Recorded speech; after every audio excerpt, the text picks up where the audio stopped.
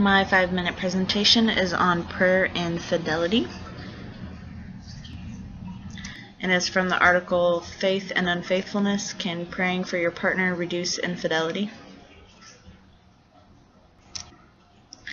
Research question is, can praying for your partner reduce infidelity? So basically, if you're praying for your partner, does that mean there's going to be less cheating, less cheating, and more relationship satisfaction within your personal relationship, is what they were trying to discover. And I chose this because it's a little bit of a controversial subject as well as an interesting study. I tried to stay as unbiased as possible, but it definitely was interesting to me. The foundational hypothesis, they stated that prayer for a relationship partner can function in ways that are consistent with the aims of traditional skills-based interventions with couples. So, prayer can be a coping skill. It also connects partners to their praying person, or the partner connects the praying person to their partner. Prayer serves to prime or reinforce couples' identity, and it can be social support. So, they're leaning toward that prayer does have an effect on relationships.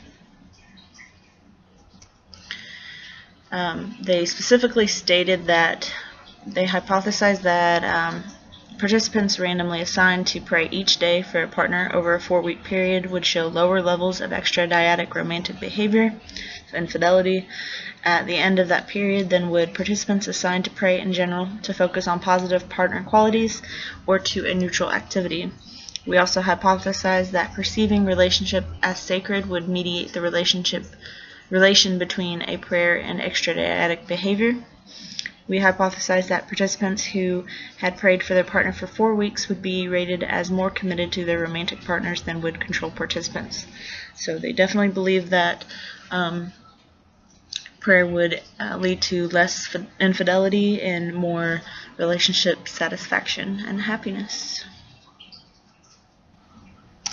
They did end up doing more than one study, but I did my presentation off the basis, which was the first study that they did, which they wanted to find out if prayer influencing willingness to participate in activities that may cause hurt to the other partner, if prayer does influence that. There were 375 undergraduates, 320 of them were female that participated. They did get partial credit for a course, and their ages were from 17 to 29, and they all obviously reported being in a romantic relationship. They did need someone to pray for. To measure praying for a partner, they had 4 items to measure. They were given a 5-point scale, 1 being they never pray for that, and 5 being they always pray for that. Some of those included, I pray for the well-being of my partner, and I pray that good things will happen to my partner. And then they just indicated the frequency in which they engaged in praying for that aspect. To measure infidelity, they were asked 2 separate times if they engaged in 4 extra-dyadic activities in the past month other than their specific romantic partner, and that could be kissing, sexual intimacy without intercourse, or sexual intimacy with intercourse. They would get 1 point for yes, no points for no, and higher scores would indicate higher levels of infidelity.